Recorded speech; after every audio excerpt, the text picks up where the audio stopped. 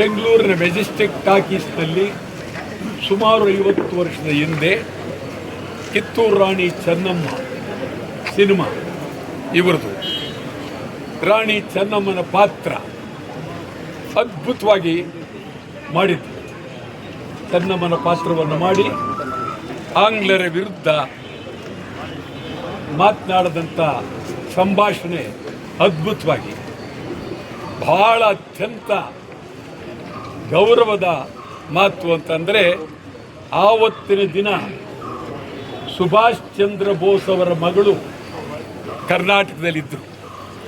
ಸುಭಾಷ್ ಚಂದ್ರ ಬೋಸ್ ಅವರ ಮಗಳು ಈ ಚಿತ್ರವನ್ನು ನೋಡೋದಕ್ಕೆ, ಅವರ ತಂದೆ ಸುಭಾಷ್ ಚಂದ್ರ ಬೋಸ್ ಈ ದೇಶಕ್ಕೋಸ್ಕರ ನಡೆದಂಥ ಹೋರಾಟ, ಅದಕ್ಕಿಂತ ಹಿಂದೆ ಇಂಗ್ಲೀಷರ ವಿರುದ್ಧ ನಡೆದಂಥ ಕಿತ್ತೂರು ರಾಣಿ ಚೆನ್ನಮ್ಮನ ಹೋರಾಟದ ಇತಿಹಾಸವುಳ್ಳಂಥ ಚಿತ್ರ ನೋಡಬೇಕು ಅಂತ ಬಂದಿದ್ದರು.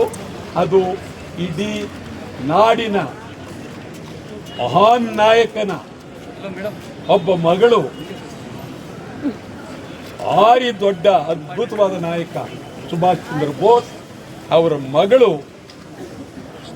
ಕಿತ್ತೂರು ರಾಣಿ ಚೆನ್ನಮ್ಮನ ಚಿತ್ರವನ್ನು ನೋಡೋದಕ್ಕೆ ಬಂದಿದ್ರು ಅಂತ ಹೇಳಿದ್ರೆ, ಈ ನಟಿಗೆ ಸಿಕ್ಕಿರ್ತಕ್ಕಂಥ ಗೌರವ, ಈ ನಟಿಗೆ ಸಿಕ್ಕಿದ್ದಂಥ ಶಕ್ತಿ ಇನ್ಯಾರಿಗೂ ಸಿಕ್ಕಿಲ್ಲ.